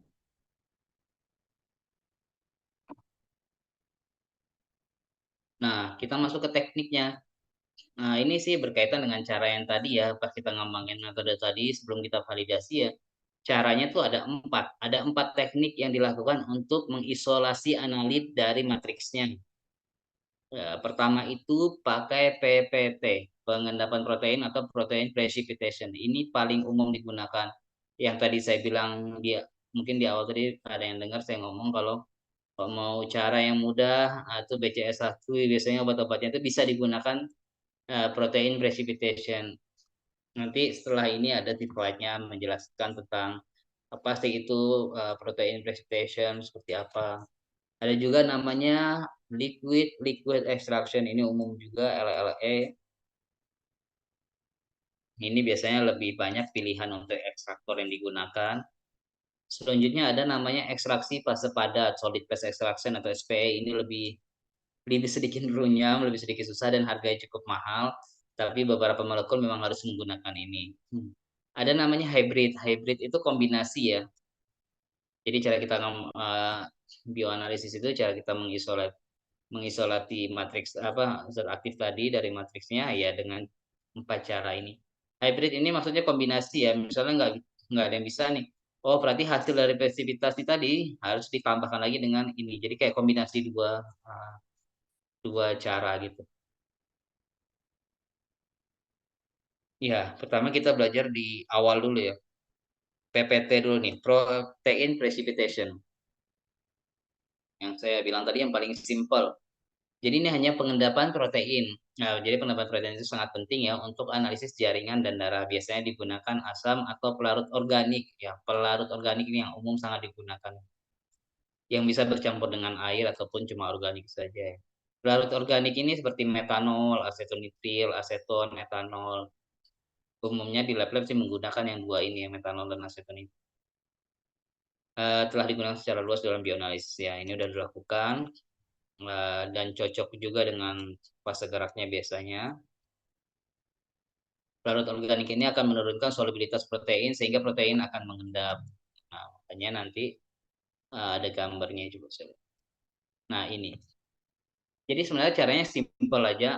Ada sampel yang ditambah internal standar. Ini sampel dari plasma ya di dalam mikrotub. Kita menggunakannya mikrotub ya. Kemudian kita tinggal tambah agentnya ya, to the sample, addition of denaturing agent. Ini maksudnya yang tadi ya, yang protein precipitation tadi, bisa kalian gunakan organik atau organik campur air atau apalah itu bisa digunakan secara sesuai dengan metodenya. Ditambahkan, kemudian tinggal diportek nih, ada waktunya diportek. Kemudian di sentrifuge, sentrifuge gunanya untuk memisahkannya ya, supaya dia mengendap di proteinnya tadi. Udah tinggal supernatanya, supernatanya tinggal masukin vial, udah siap diinjek. Simpel banget, caranya sangat simpel. Seperti ini nih gambarnya. Nah ini plasmanya nih, ada yang pakai ACN. Ini modelnya kalau ACN seperti ini nih. Dia kelihatan beda ya. Pokoknya ini pakai ACM-nya tapi 95:5, lebih sedikit keruh. Ini 85:15. Jadi namanya trial itu nggak apa-apa, coba aja dulu semuanya beberapa perbandingan. Ini kalau yang di dalam whole blood ya, kalau yang di darah kan kelihatan ya, darah itu lebih beda nih, lebih kotor dia. Nah, ketika setelah dilakukan centrifuge, nah biasanya modelnya kayak gini nih, kayak yang saya lihat ini. Nih. Tadinya kan masih bentuknya masih kayak gini ya, masih nyampur semua. Nah, kita vortex. Vortex itu ya untuk supaya semua zat aktif yang ada di dalam plasma tadi langsung ketarik atau diikat oleh si organiknya ini. Nah, ketika sudah di vortex, kita centrifuge. Nah, apa tujuan centrifuge ya untuk ini, untuk mengendapkan si pemotor-pemotornya ini lagi. Sehingga tinggal cairan bening. Kalau di saya itu centrifuge-nya itu refrigerated centrifuge. Kita menggunakan yang udah dingin juga ya, refrigerated. Dan kecepatannya itu nyampe 16.000 rpm. Jadi semakin dia kenceng banget, semakin langsung numpuk di bawah kan ya, sehingga cairan yang ditinggalkan ini benar-benar bersih. Karena ini kan akan kita pakai langsung injek di alat ya. Injek di alat itu nggak boleh kotor. Kalau kalian bisa nginjeknya kotor, misalnya nih ada yang nggak ngerti di lab, tiba-tiba dia preparasi RPM-nya dikit aja, sehingga kan nggak ngembang, bisa aja misalnya nggak ngendap, misalnya ngendapnya cuma seperti ini nih yang saya tunjuk. Tiba-tiba dia langsung nginjek ke alat. Nah, itu bisa mampet dan bisa ngerusak alat, dan cuma gara-gara kesalahan satu itu bisa menghancurkan alatnya. Jadi pastikan RPM-nya itu udah tinggi ya dan benar-benar mengendap, karena ketika cairannya ini akan kita lakukan untuk penginjekan di alat. Jadi pastikan sudah tidak ada endapan-endapan lagi yang masih mengotor kotor di dalam ininya nih cairannya. Nah, untuk tadi itu kan presifikasi ya, cara PPT. Jadi misalnya kalian, oh saya mau fokusnya ke PPT aja deh, kayaknya lebih simpel. Coba aja cari di jurnal. Misalnya langsung aja fokus ke ini nih, langsung fokus ke presifikasinya. Misalnya langsung aja tulis di jurnalnya, protein classification method for determination of apa, kalian mau ngembangin apa. Nah, ini kebetulan yang dia kembangin Oscar Bazepin ya. Bazepin. Nah, coba aja misalkan lagi mengembangkan apa, coba aja dulu cari jurnal yang seperti ini. Yang masih berkaitan dengan spesifikasi, mana tahu oh coba mana tahu lebih simpel, lebih enak juga kerjanya. Nggak terlalu banyak cara-cara ya, oke, bisa dilakukan, tapi nggak semuanya bakal nemu ya. Kalau kebetulan memang pernah ada, ya dia bakal muncul, tapi kalau memang belum pernah orang melakukan secara protein diversifikasi, ya ini mau dicari gimana pun nggak akan ada. Dan biasanya kalau nggak ada jurnal yang dicoba juga biasanya sih nggak bisa ya, maksudnya nggak bisa tuh ya karena kan biasanya orang mau publikasi udah pernah melakukan step-stepnya ya. Jadi ini adalah salah satu contoh jurnal, jadi supaya kalian lebih ini aja, lebih simpel nyarinya, langsung aja fokus ke metode ekstraksi apa yang mau digunakan seperti itu.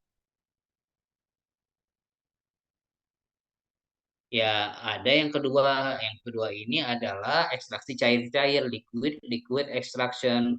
Nah, kalau di lab kita nyebutnya LLE. Pakai metode apa? LLE. Pakai metode apa? PPT. Biasanya kita begitu kalau di laboratorium. Jadi ekstraksi cair-cair ini merupakan pemindahan suatu komponen dari fase cair ke fase cair lainnya yang tidak saling bercampur. Nah, proses pemindahan tersebut disebut distribusi. Ada kelemahannya sih ekstraksi ini diantaranya tidak bisa diterapkan semua senyawa yang molekul yang sangat polar ya, jadi susah dipolar dia. Meskipun menggunakan pasangan ion dan sering terbentuk emulsi yang sukar dipecah meski dilakukan sentrifugasi. Jadi emulsi ini maksudnya eh, kan kita ini ada gambarnya nggak ya? Oke, sebentar. Kita melakukan ini adalah dengan ekstraksi cair-cair. Kalau tadi plasma yang kita sampling itu kita tambahkan metanol asen, ini kita tambahkan ke ekstraktor ke cair-cair lagi. Yang kita lakukan itu misalnya menggunakan ekstraktornya banyak ya, bisa di etil ether, bisa heksan, bisa di klormetan, macam-macam sesuai dengan apa yang mau kita coba. Kadang kalau dia nggak cocok, dia bisa menggumpal, jadi berbentuk emulsi. Dan kalau menggumpal gini biasanya udah nggak bisa dipakai, jadi saya gagal. Nah, ini yang saya bilang tadi, liquid-liquid extraction itu biasanya apa aja sih yang kita gunakan solvent-solventnya? Ya ini ya, biasanya TBME, tertil butil metil atau diklormetan, etil asetat, dietil ether, heksan, ada kloroform lagi, ada macam-macam. Jadi ini adalah biasanya sih di lab-lab, kalau lab-lab industri atau lab-lab uji biasanya dia komplit ini ya, semuanya dia punya, sehingga ketika kita pengembangan metode, ketika kita nyoba metode, itu udah cocok semua. Nah, jadi kalau tadi kan saya menjelaskan cara preparasi yang PPT itu, presifikasi cuma tambah ASEAN aja atau metanol doang. Nah, ini enggak. Ini misalnya 500 mikro containing lercanidipin, 500 mikro plasmanya ditambah 25 mikro amlodipin. Nah, amlodipin ini ingat ya, ini sebagai internal standar. Jadi bukan itu, bukan nggak ada hanya sebagai internal standar. Setelah kita tambahkan, kita vortex dulu dia supaya dia homogen dulu dengan si amlodipin ini homogen dengan plasmanya, kemudian baru kita tambahin 5 mili heksan banding etil asetat 50 banding 50. Nah, ini macam-macam ya, kalian nggak harus terpaku tergantung jurnal yang kalian lihat nanti. Ini juga nggak terpaku 5 mili, bisa 3 mili, bisa berapa mili, tergantung kalian coba. Namanya juga trial. Dicoba di 2 mili, oh ada nih areanya tapi kecil. Oh jangan-jangan nggak ketarik banget kalau dengan 2 mili. Coba dia 5 mili. Oh, ternyata 5 mili areanya naik. Oh, iya ternyata pengaruh nih di jumlah ekstraktor. Nah, itu tuh semuanya ada hubungannya ya. Setelah dicoba, di vortex lagi supaya lebih homogen lagi, semuanya tertarik tuh harapannya. Heksan dan etil asetat tadi mengisolasi si lercanidipin yang ada di dalam plasma, atau harapannya seperti itu. Kemudian disentrifuge 4000 rpm. Nah, ingat ya, kenapa tadi saya bilang ini cuma 4.000, beda ya yang tadi nyampe 16.000 itu karena kita benar-benar memakai larutan yang telah di sentrifuge langsung diinjek. Jadi perlu yang benar-benar bersih. Kenapa ini 4.000? Karena ini pakainya 5 mili. Yang tadi pakainya cuma karena di mikrotub palingnya cuma 2 mili paling banyak. Jadi kita pakainya RPM yang kencang-kencang, dan ini adalah wadahnya biasanya kaca ya. Buat apa? Pyrex itu yang 10 milian itu biasanya pakai itu. Jadi setelah disentrifuge, nah 4 milinya tadi kita ambil nih, kan kita ada 5 mili, pasti nanti ada yang mengendap tuh di bawahnya, kita ambil 4 mili, kita keringkan, dan kita rekonstitusi ya, ya ada rekonstitusi, nah baru kita injek. Nah ini cara preparasi untuk tadi udah satu ya, tadi PPT, ini LLE, liquid liquid extraction. Kalau di lab saya yang paling banyak cuma pakai dua itu, PPT dan ini liquid liquid extraction. PPT tadi simple, gampang, tapi tidak semua bisa diaplikasikan. Kalau ini juga, ini lebih ribet kerjanya, tapi biasanya hasil lebih bagus karena dia lebih, misalnya dia lebih narik, karena pakai ekstraktornya kan banyak jenis-jenisnya. Jadi bisa di trial semua.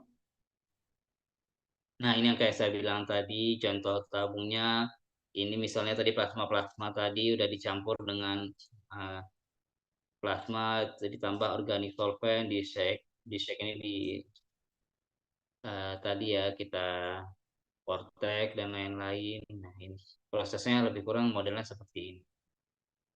Nanti hasil dari ini, yang hasil terakhir itu yang kita evap dan kita injekkan setelah direkonstitusi. nih sama juga ini contoh jurnalnya juga ya. Kalau kayak tadi itu adalah jurnal PPT, misalnya kalian mau fokus ke LLA ya udah langsung aja cari nih. Misal determination of valsartan in human plasma after nih. Jadi di sini ada dua malah dia nih bisa langsung milih dua. Dia bisa melihat protein precipitation atau liquefaction extract. Jadi langsung aja fokus ke kalian pakai metode apa, cari ada atau enggak di jurnal. Kalau enggak ada, kalian cari protein precipitation. Tapi rata-rata jurnalnya keluar LLA. Nah itu yakinlah kalau emang PPT-nya biasanya nggak bisa. Makanya banyak yang menggunakan LLA. Seperti itu.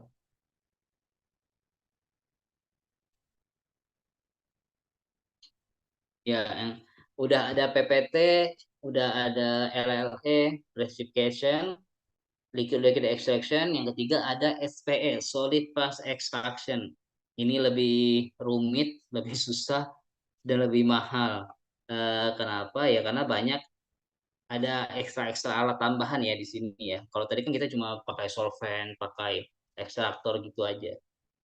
Jadi kalau untuk ini, dia itu metode ini memiliki prinsip pemisahan dan isolasi yang sama dengan KCKT. Jadi sistem itu kayak sistem kolom ya, kayak sistem KCKT itu.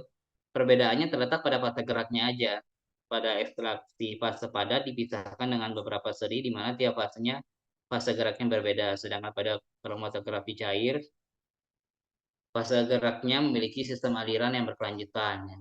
Ini maksudnya kalau kalian jalan di HPLC atau di KCKT itu, kan fase geraknya selalu jalan ya, kita pakainya metanol banding buffer misalnya 70-30 itu kan selalu kita jalanin, selalu jalan terus dengan flow-nya 1 mili misalnya jalan terus.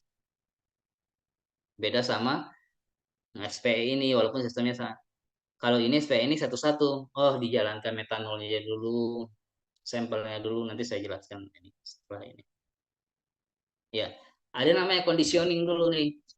Jadi sampel tadi kita conditioning dulu. Nah, conditioning itu biasanya hanya ini ya, apa namanya, menambahkan metanol atau asetonitrile dikit aja, kolom small volumenya sedikit aja pakai solvent. Ini ibaratnya kayak conditioning ini mengaktifkan gitu lah, mengaktifkan si SPE-nya tadi. Nah, baru sample application yang kedua, loading. Jadi setelah kita eh, aktifkan tadi, kita loading sampel, kita masukkan sampel. Kemudian ketiga itu dengan rinsing or washing. Jadi ketika kita sudah masukkan si apa namanya si sampel tadi yang nomor 2 tadi, sampel application loading, kita rinsing dulu or washing. Jadi kita nyuci dulu tuh, maksudnya nyuci itu supaya kotoran-kotoran yang ada di plasma tadi juga terbuang, bekas-bekas plasma yang dimasukin juga terbuang. Nanti ada gambarnya setelah ini saya tunjukkan biar lebih enak. Nah, itu biasanya washingnya itu menggunakan bisa water, bisa buffer dengan beberapa dengan pH-pH yang berbeda. Jadi di sini tujuannya untuk removal of matrix component or other interference. Jadi untuk memisahkan ya, untuk membuang komponen-komponen matriksnya ya, atau ada interference dari hal-hal lainnya itu di washing ini. Washing cartridge-nya. Nanti ada cartridge-nya yang saya lihat. Drying ini can be done by applying appropriate vacuum for recommended time period with the help of vacuum pump. Jadi ini kayak nggak menambahkan apa-apa, cuma hanya ini kan pakai vacuum pump ya, jadi pakai penyedot gitu, cuma dijalanin aja, biar aja dia nyedot supaya tadi kotoran-kotorannya itu keisap semua, sehingga yang benar-benar tinggal di dalam SPE-nya adalah si zat aktifnya itu. Ini biasanya sih direkomendasikan 2 sampai 3 menit untuk melakukan drying ini. Yang kelima elu tadi eh, ketika sudah kering, berarti kan harapannya si zat aktif tadi tinggal ya di SPE-nya itu. Nah, baru kita elut, kita bisa pakai metanol atau metanol ACN, pakai diklor atau TBME apapun itu, kita masukkan mana gambarnya? Saya lebih ya. Nah, ini dia. Ini Jadi yang kayak saya bilang tadi, ini sampel pertama kali, ini biar lebih enak nih gambar aslinya ya. Ini adalah bentuk asli SPE-nya. Jadi ini yang disebut dengan cartridge. Cartridge itu, ini adalah alat SPE-nya. Ini alat SPE-nya. Nah, ini sebenarnya kesambung ke vakum pump ya. Ya, vakum pump itu yang kayak kalau kalian nyaring di lab itu kan pakai vakum pump juga ya supaya saringannya ketarik. Nah, ini SP-nya ada cartridge-nya. Ini jenisnya juga banyak-banyak nih. Dia modelnya kayak kolom. Ini kayak ada busa-busa gitu di dalamnya. Ini tepat menahan sampel tadi. Nah, pertama kali tadi yang saya bilang tadi itu washing apa aktivasi dulu kayak kita alirin metanol. Alirin ini dibuka aja nih kerannya nih. Biarin ketarik kebuang. Kebuangnya jangan dibiarin numpuk di bawah ya. Biasanya nanti ada tabung sih nampungnya di bawah ini. Nah, kita alirin metanol, udah kebuang nih kosong nah kan, udah keserap semua ya. Baru kita loading sampel, masukin plasma tadi ke dalam ini. Biarkan ini narik apa udaranya kan nyerap ya vakum pump. Nah, ketika plasmanya dimasukin, plasma itu kan kebuang ke sini nih, kebuang zat aktifnya itu akan nyangkut di sini. Dalam ya, busanya inilah di dalam ini banyak nyangkut. Kemudian ada tadi namanya drying kan ya. Biarin aja dulu nih vakumnya ini nyala selama 2 menit, 2 sampai 3 menit untuk mengharapkan ini kering. Maksudnya kering itu ya bekas-bekas tadi washing kita, bekas uh, setelah plasma kan kita pakai air lagi ya. Air itu untuk pembersihan washing. Nah, biarin bersih dulu sampai bersih kering 2 sampai 3 menit baru kita matikan. Nah, ketika matikan baru masuk ke terakhir elusi namanya. Di elut. Elut itu adalah tujuan untuk mengambil semua zat aktif yang ada di sini. Nah, biasanya itu adalah dengan pelarut yang cocok, bisa diklormetan, metanol, metanol ACN. Kita masukin. Nah, yang terakhir jangan dibuang ya. Kalau dibuang nanti sia-sia semua yang di awal tadi. Jadi, sebelum dielut, ini yang putihnya ini bisa dibuka, dimasukin tabung-tabung, baru kita elut. Jadi semuanya udah masuk ke sini.